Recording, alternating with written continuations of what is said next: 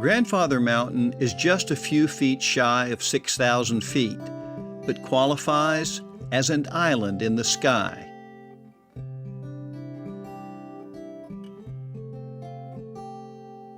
When you look at Grandfather Mountain and other tall peaks in North Carolina, you will notice that as you move up the mountain, the plant communities and ecosystems change.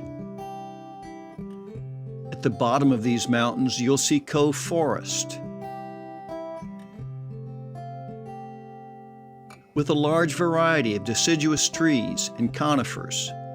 On top of these mountains, you'll see the same boreal forest that you would find in Canada.